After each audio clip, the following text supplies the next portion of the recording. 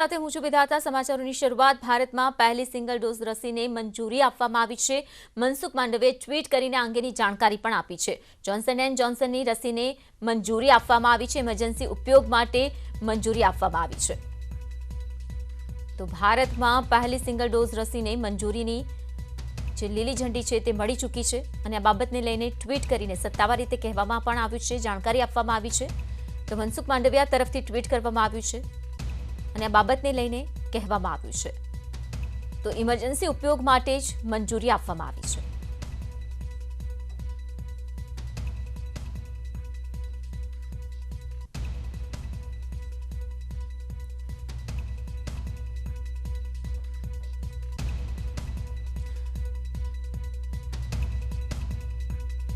તો જૈન સેક્રેટરી આપણી સાથે ડોક્ટર સાહિર શાહ જોડાઈ રહ્યા છે, તેમની સાથે સીધી વાત કરીશું। સર, સૌથી પહેલા તો આ ખૂબ જ મહત્વની બાબત ગણી શકાય કે ભારતમાં પહેલી સિંગલ ડોઝ રસીને મંજૂરી મળી ચૂકી છે, પરંતુ તે પણ ઇમરજન્સી કેસમાં જ। આ વિશે જણાવશો દર્શકોને? ચોક્કસ, આજે કેન્દ્ર સરકારે જોન્સન એન્ડ જોન્સન કંપનીને સિંગલ ડોઝ વેક્સિનની મંજૂરી આપી છે અને ખાસ ઇમરજન્સીમાં વાપરી શકે એના માટેની મંજૂરી આપવામાં આવી છે। તે ખૂબ સારી બાબત છે અને આગામી સમયમાં બધા જ લોકોને એ રસી આપણે એડમિનિસ્ટર થઈ શકે એવી આપણે આશા રાખીએ। બિલકુલ સર, આમાં કોઈ એજ લિમિટની કોઈ ખાસ મર્યાદા હોવાની કોઈ વિગતો અથવા તો એ વિશે પણ થોડું જણાવી દેશો? એજ લિમિટમાં આપણે 18 વર્ષથી વયની ઉપરના સૌ કોઈ લોકોને આ વેક્સિન આપી શકીએ એમ છીએ અને નજીકના સમયમાં જ ગઈકાલે કોવિશિલ્ડ જે છે આપણે આધાર પુનાવાનાની કંપનીએ એમને ગઈકાલે જાહેર કર્યું છે કે ઓક્ટોબર મહિનાના પહેલા સપ્તાહમાં બાળકોની વેક્સિન બી આપણી વચ્ચે આવશે। એટલે આ ખૂબ સારી બાબત છે અને આવકારીએ છે અને હાલમાં જ આજે 50 કરોડ લોકોને વેક્સિનેશન આખા ભારતભરમાં થયું હોય એવા ન્યૂઝ બી પ્રાપ્ત થયા છે। એટલે એ બાબત બી ખૂબ સારી છે અને વધારેમાં વધારે વેક્સિનેશન નજીકના ટાઈમમાં થાય અને બધા વેક્સિનેટ થાય અને આપણે કોવિડ ફ્રી દેશ તરફ આગળ વધી શકીએ એવી આપણે આશા રાખીએ। પરંતુ સાથે સાથે એક વાત અહીં એ પણ છે, સવાલ એ પણ છે કે જ્યારે વેક્સિનેશનની શરૂઆત થવાની હતી ત્યારે ઘણા બધા લોકો એવા હતા જે ડાઉટ કરી રહ્યા હતા અને રસી લેવાથી હજુ પણ કેટલાક લોકો ડરી પણ રહ્યા છે। જ્યારે બાળકોનો વારો આવશે ત્યારે પણ આવી કોઈ સ્થિતિ ઊભી થઈ શકે છે? ચોક્કસ બેન, શરૂઆતના સમયમાં ઘણી ગેરમાન્યતાઓ હતી। શરૂઆતના જયારે જાન્યુઆરીથી ચાલુ થઈને પછી માર્ચ પછી સિનિયર સિટીઝન્સ માટેને જેમ ચાલુ કર્યું એમ પણ લોકોએ જયારે સેકન્ડ વેવ જોઈ, સેકન્ડ વેવને લોકોએ પોતાને જયારે કોરોના થયો પછી ચોક્કસ એક સ્વયંભૂ લોકો બહાર નીકળ્યા છે અને આપણે ડ્રાઈવ થ્રુ વેક્સિનેશનના માધ્યમથી બી જોયેલું કે લાંબી કતારો લાગે છે। હાલ બી અત્યારે ઘણી જગ્યાએ લાંબી કતારો લાગતી હતી, વચ્ચે એવી સ્થિતિ હતી કે વેક્સિનના ડોઝ ઓછા હતા પણ અત્યારે સામે વેક્સિનના ડોઝ બી એવા સારી માત્રામાં ઉપલબ્ધ થઈ ગયા છે અને લોકો સ્વયંભૂ અત્યારે ચોક્કસ સેલ્ફ મોટિવેટેડ છે અને બહાર નીકળીને વેક્સિનેશન કરાઈ રહ્યા છે અને ટૂંક સમયમાં જયારે બાળકોની વેક્સિન આવશે ત્યારે બી હું માનું છું કે એમના વાલીઓ એમને ચોક્કસ વેક્સિનેશન સેન્ટર સુધી લઈ જશે અને વેક્સિન અપાવડાવશે। અને નવી વાત એવી બી જાણવા મળી છે કે નેઝલ વેક્સિન ના બી ટ્રાયલ્સ થઈ રહ્યા છે અને કદાચ એ બી ટૂંક સમયમાં આપણી વચ્ચે આવશે। જી, ખૂબ ખૂબ આભાર આપનો મારી સાથે જોડાયા તે બદલ।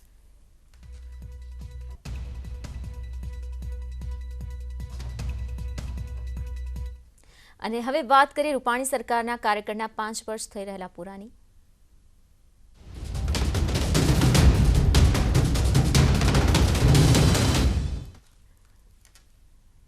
તો ગુજરાતમાં રૂપાણી સરકારના કાર્યકાળના 5 વર્ષ પૂર્ણ થવા પર છે ત્યારે રાજ્યભરમાં વિવિધ કાર્યક્રમોનું આયોજન કરવામાં આવી રહ્યું છે, જે અંતર્ગત આજે ગુજરાત સરકાર દ્વારા વિકાસ દિવસની ઉજવણી કરવામાં આવી।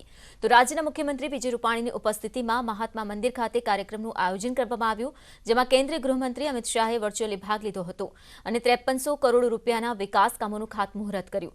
અમિત શાહ દ્વારા અમદાવાદના સરખેજ ગાંધીનગર હાઈવે પર 2 બ્રિજનું લોકાર્પણ કરવામાં આવ્યું। આ સિવાય રાજ્યના બનાસકાંઠા જિલ્લાના ડીસામાં સૌથી લાંબા એલિવેટેડ બ્રિજનું પણ લોકાર્પણ કરવામાં આવ્યું। આ બ્રિજ પાછળ 194.25 કરોડ રૂપિયાનો ખર્ચ કરવામાં આવ્યો છે।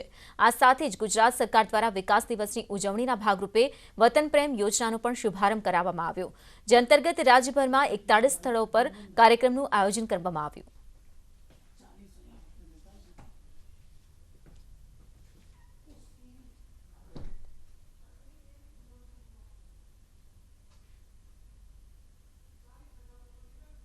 ટુરિઝમમાં પણ ગુજરાત આજે નંબર કાઢ્યું છે અને ત્યારે હું એમ માનું છું કે 10 દિશાઓમાં વિકાસ, કોઈ ક્ષેત્ર એવું નહીં બાળકથી માંડી અને વૃદ્ધ સુધીની વ્યવસ્થા, ઇઝ ઓફ લિવિંગ બિઝનેસની સાથે ઇઝ ઓફ લિવિંગ હેપીનેસ, એની પણ ચિંતા આ સરકાર કરી રહી છે.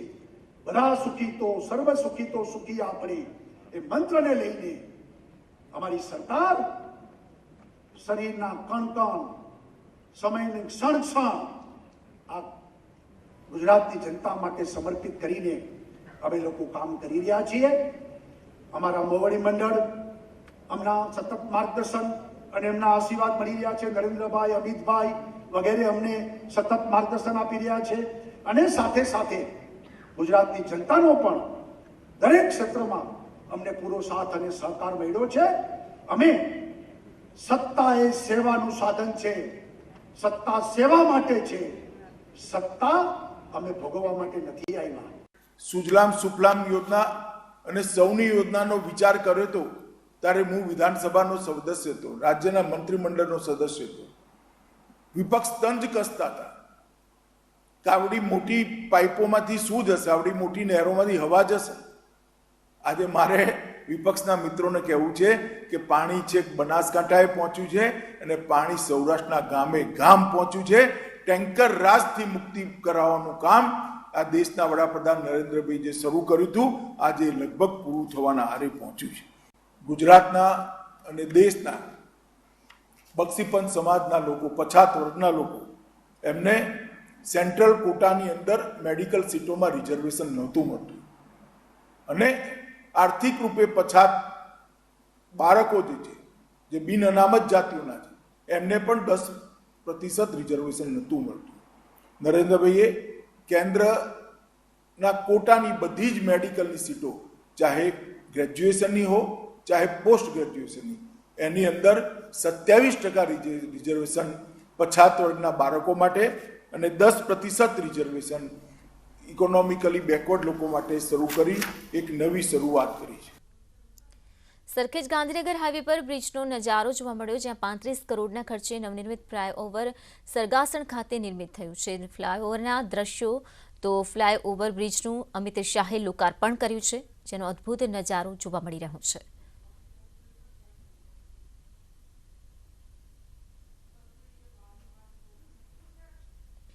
હવે વાત વતન પ્રેમની.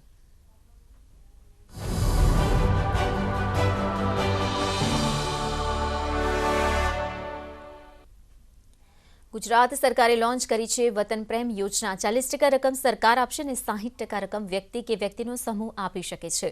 વતન પ્રેમ યોજનામાં સહભાગી બનો, આ વાત ખાસ અમિત શાહે જણાવી છે. લોકોને અપીલ કરી છે. દુનિયાભરમાં વસતા ગુજરાતીઓને અપીલ કરવામાં આવી છે. ગામડાઓના વિકાસ માટેની આ ખાસ યોજના છે.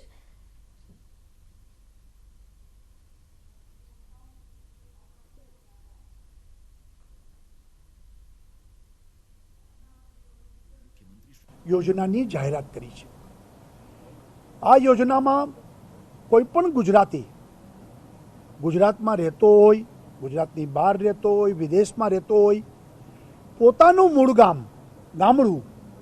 ગામડામાં વિકાસના કામમાં એ ફાળો આપશે તો જે કામ જેટલા રૂપિયાનું છે એના 60% એનો ફાળો 40% રાજ્ય સરકાર આપશે અને એમના વડીલ કે એમને જે કોઈ નામ સ્મરણાર્થે રાખવું હશે એ નામ પણ ત્યાં અમે રાખવા દેશું અને સૌ પોતાના વતનને યાદ કરીને પોતાના વતનનું ઋણ ચૂકવે અને એટલા માટે પોતે વિકાસના કામમાં ફાળો આપે એવી યોજના આજે વતન પ્રેમના નામથી લોન્ચ કરવામાં આવી છે. દુનિયાભરમાં રહેતા સૌ ગુજરાતીઓને હું અપીલ કરવા માંગુ છું કે વતન પ્રેમ યોજનાની અંદર જોડાઈ 40% રાશિ જ્યારે રાજ્ય સરકાર આપે છે ત્યારે આપ એક વ્યક્તિ યા તો વ્યક્તિઓનો સમૂહ વતન પ્રેમ યોજનાનો ફાયદો લઈ જ્યારે આઝાદીના 75મા વર્ષમાં આપણે પ્રવેશ કરવા જઈ રહ્યા છીએ, વખતે તમારા ગામના, તમારા જિલ્લાના વિકાસની અંદર તમે સૌ સહભાગી બનો, આ પ્લેટફોર્મનો ઉપયોગ કરવો જોઈએ. વિદેશમાં કમાવા જવાની કેટલાયની ઘેલછા હોય છે, ત્યારે આજે વાત પોરબંદરના એવા દંપતીની કરવી છે જેને લંડનમાં લાખો રૂપિયાની નોકરી અને લાઇફસ્ટાઇલ છોડી અને વતનમાં ખેતી અને પશુપાલન સાથે ગ્રામીણ લાઇફસ્ટાઇલને અપનાવી છે. આજે આ દંપતી અન્ય લોકો માટે પણ પ્રેરણારૂપ સાબિત થયું છે. એક સમય લંડનમાં રહેતું આ દંપતી આજે ભેંસ દોઈ રહ્યું છે, પશુપાલન સાથે ખેતરમાં કામ કરી રહ્યું છે. એટલું જ નહીં, પશુઓના છાણ સાફ કરવાના કામથી પણ અજાણ નથી. આ છે પોરબંદરના નાના એવા બેરણ ગામના રામદે ખૂંટી અને ભારતી ખૂંટી. આ દંપતી લંડનમાં સ્થાયી થવા ગયું હતું, પણ વતનની માટીની મહેક અને ગ્રામીણ સંસ્કૃતિ ફરી તેમને વતન પાછા ખેંચી લાવી.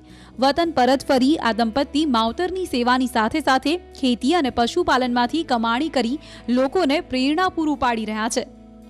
અને 2010માં અમે ભારતીના ફર્ધર સ્ટડી માટે પાછા ઇંગ્લેન્ડ ગયા, જ્યાં એને ગ્રેજ્યુએશન ને બધું જે એની ડિગ્રી હતી એ બધું અહીંયા અમે કર્યું. અને એ સમય દરમિયાન અમારે ઘરે એક દીકરાનો જન્મ થયો, એનું નામ ઓમ છે.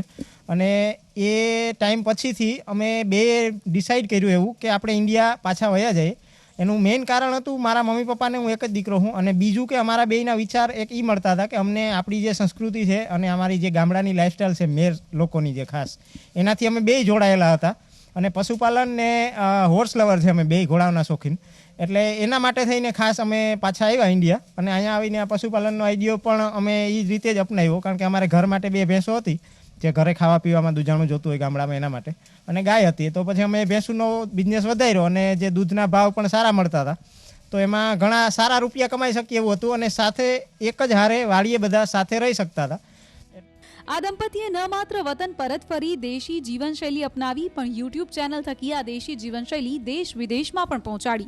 આ બંનેએ આજથી 1 વર્ષ પૂર્વે live village life with Om and family નામથી યુટ્યુબ ચેનલ શરૂ કરી, જેમાં તેઓએ પોતાની ગ્રામ્ય જીવનશૈલી, ખેતી કાર્ય, પશુપાલન સહિતના અલગ અલગ વિડીયો મૂક્યા, જે વિડીયોને દેશ દુનિયાના લાખો લોકો નિહાળી રહ્યા છે. આ ચેનલને ટૂંકા સમયગાળા દરમિયાન જ 9.5 લાખ જેટલા સબસ્ક્રાઇબર્સ છે. આ વાત જ સાબિત કરે છે કે લોકોને ગ્રામ્ય જીવનશૈલી, આપણી સંસ્કૃતિ અને પરંપરાઓ પ્રત્યે કેટલો લગાવ છે. અમારો એક જ એમ હતો કે દુનિયાને ખબર પડે કે ગામડાનું જીવન કેવું હોય. કેમ કે મોસ્ટ ઓફ લોકો જે ગામડામાં રહ્યા જ નથી, એને એવું લાગે છે કે ગામડામાં લોકો અભણ હોય, કે ગામડામાં કોઈ ફેસિલિટી ના મળે, કે ગામડાની લાઈફ અલગ જ હોય. તો બસ એને અમે એ પણ જોઈ શકે કે ગામડાનું લાઈફસ્ટાઈલ કેવી હેલ્ધી છે અને કઈ રીતના લોકો ગામડામાં રહે છે. અને સ્પેશિયલી અમારું કલ્ચર, મેરનું કલ્ચર પણ વર્લ્ડ વાઇડ ખબર પડે બધાને, અને કઈ રીતના અમે રહીએ છીએ. તો બસ એ બધું અમે બતાવવા માગતા હતા. અને અમને બહુ સારો સપોર્ટ મળ્યો બધા અલગ અલગ દેશમાંથી, આપણા ઇન્ડિયાના પણ બધા જ અલગ અલગ રાજ્યોમાંથી બહુ સારો સપોર્ટ મળ્યો. આજે અનેક એવા માતા પિતા છે જેઓના સંતાનો વિદેશમાં રહેવાના મોહમાં તેમજ પૈસા કમાવાની લાયમાં એક વખત પોતાના વતનથી ગયા બાદ ત્યાંની જીવનશૈલીમાં પોતાના પરિવારને જ વિસરી ગયા છે. આવા આપણે ત્યાં અનેક કિસ્સાઓ છે. ત્યારે યુકેથી અહીં સ્થાયી થયેલા દંપતીએ જો ઈચ્છ્યું હોય તો તેઓ ચોક્કસ હજુ પણ ત્યાં રહી શક્યા હોત, પરંતુ તેઓએ પોતાના માતા પિતા અને પરિવાર સાથે જ પોતાની સાચી ખુશી છે તેવું સમજીને આજે જે રીતે કુદરતના ખોળે જીવન જીવી રહ્યા છે, તેનાથી લાખો લોકો પ્રેરાઈ રહ્યા છે. પ્રતિશ શિલુ, ન્યૂઝ 18 ગુજરાતી, પોરબંદર. ગામડા અને સોસાયટીઓને પ્રાથમિક સુવિધાથી સજ્જ બનાવવા રાજ્ય સરકારે સ્વર્ણિમ જયંતિ મુખ્યમંત્રી યોજના લાવી ગામડાઓના વિકાસની નેમ લીધી. જોકે ખેડાના પલાણા ગામનો વિકાસ વિદેશમાં વસતા દાતાઓના સહયોગથી થઈ રહ્યો છે. પલાણા ગામને મળ્યો છે આધુનિક ટચ. ખેડાનું આ ગામ કે જ્યાં શહેર જેવી તમામ સુવિધાઓ છે. શાળાના ઓરડા, કમ્યુનિટી હોલ, આંગણવાડી, આરોગ્ય કેન્દ્રનું મકાન, એસટી બસ સ્ટેન્ડ, તળાવ બ્યુટિફિકેશન, પુસ્તકાલય, સીસીટીવી જેવી તમામ સગવડો અહીં છે. અને આ શક્ય બન્યું છે ગામના લોકો થકી. ગામના વતન પ્રેમી લોકો જેઓ વિદેશમાં વસ્યા છે, તેઓ આર્થિક દાન આપી વતન સેવા ધર્મ નિભાવી રહ્યા છે. અમારા ગ્રામના દરેક એનઆરઆઈ કે અમારા ભારતમાં રહેતા હોય એ લોકો બી એટલા બધા પ્રેમી છે ગામ પ્રત્યે કે એમને પલાણા ગામનું કોઈ બી કાર્ય આવે તો દાન માટે ના નથી કહેતા. એવી જ રીતે અમે તો બધાને કહીએ છીએ આખા ભારતનાને કે ભાઈ આવી રીતે અમારા ગામનો કે બીજા બધા ઘણા બધા ગામ છે એનો અનુભવ લઈને એ બી આવી રીતે દાન કરતા થાય. આ પ્રાથમિક આરોગ્ય કેન્દ્ર ઊભું કરવામાં ગામના સભ્યો તથા ગામની બહારના લોકો જે વિદેશમાં રહેતા છે એ લોકોનો આર્થિક રીતે સહયોગ છે.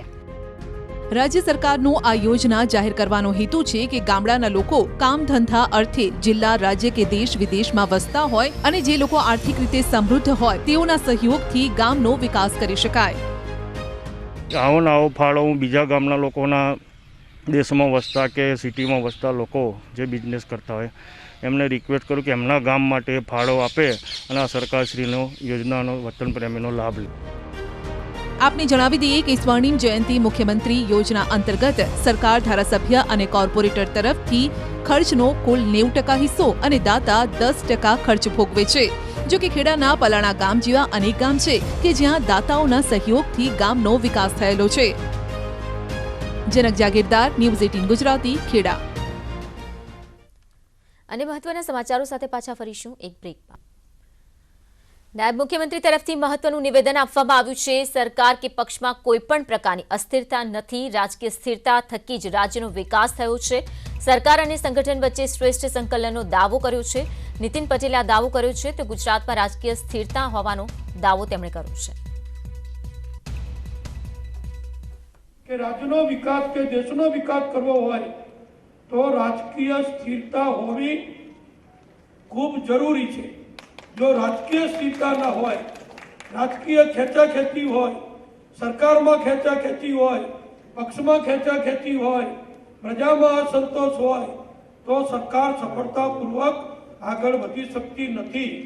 આજે મને બહુ આનંદ અને ગૌરવ છે કે હું એક એવી સરકારના એક એવા મુખ્યમંત્રી સાથે નાયબ મુખ્યમંત્રી તરીકે 5 વર્ષ કામ કરી રહ્યો છું કે અમારા 5 વર્ષના સમયગાળામાં કોઈ પણ દિવસ કોઈ રાજકીય ખેંચાખેંચી, કોઈ રાજકીય અસંતોષ કે રાજકીય અસ્થિરતા ગુજરાતમાં ઊભી થઈ નથી.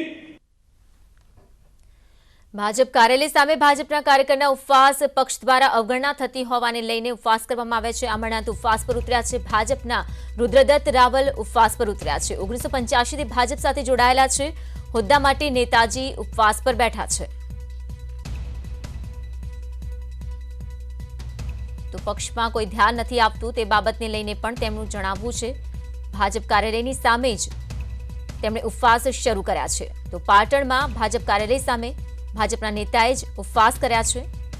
તેમનું કહેવું છે કે છેલ્લા ઘણા સમયથી પક્ષમાં કાર્યરત છું, છતાં પણ ધ્યાન આપવામાં નથી આવતું.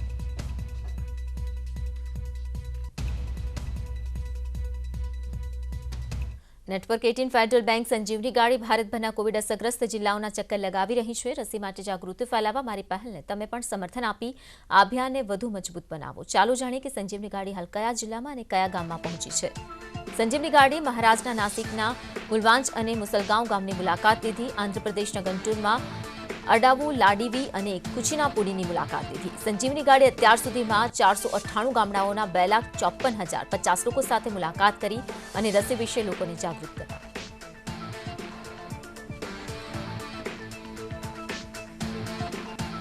શું ખરેખર સેનેટાઇઝરથી નુકસાન પહોંચે છે? શું રસી ખરેખર ડીએનએને બદલી નાખે છે? શું રસીકરણ ખરેખર તમને કોરોનાથી ઇન્ફેક્ટ કરી શકે છે?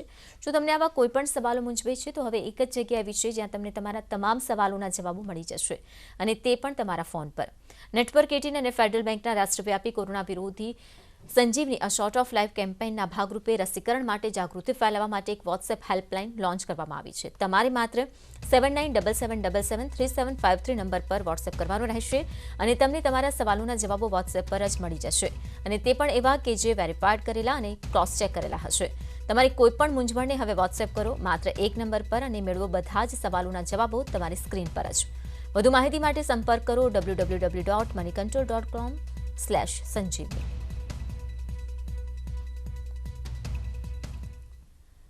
કોરોના સામે નેટવર્ક 18નું અભિયાન સફળ થઈ રહ્યું છે. આજે આ યુદ્ધમાં દેશ વિજય તરફ એક ડગલું આગળ વધ્યો છે. હવે આપણી જીત નિશ્ચિત છે. એક સમય હતો જ્યારે આપણે લક્ષ્યથી ઘણા દૂર હતા, પરંતુ થોડા મહિનાઓમાં જ દેશે રસીકરણના 50 કરોડના લક્ષ્યાંકને હાંસલ કરી દીધો છે. તો સાચું માનો, જો આપણે આવી જ રીતે આગળ વધતા રહ્યા તો રસીકરણના મામલામાં સમયથી પહેલા જ આપણે આપણું લક્ષ્ય મેળવી લઈશું.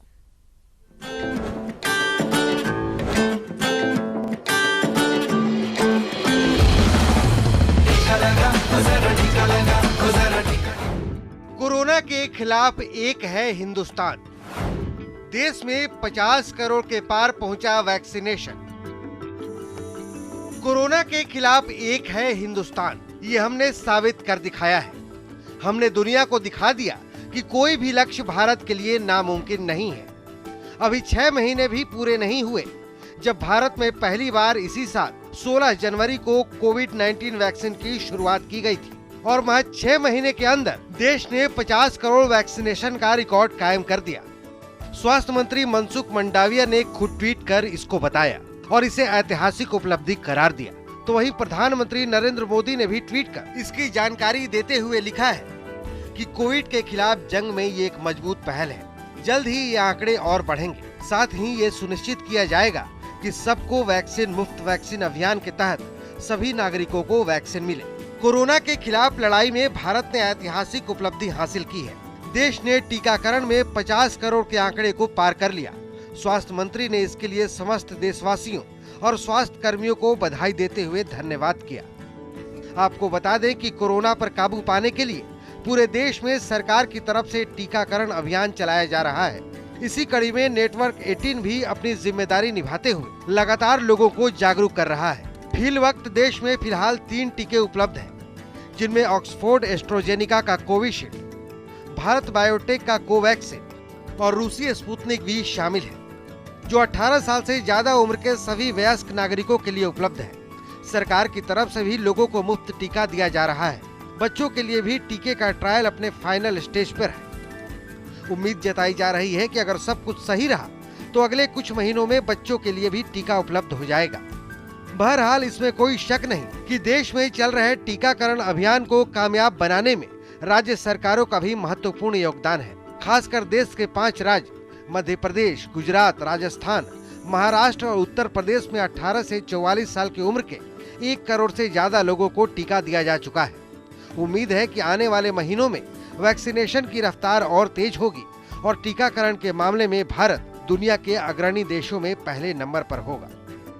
Bureau report, news 18 network.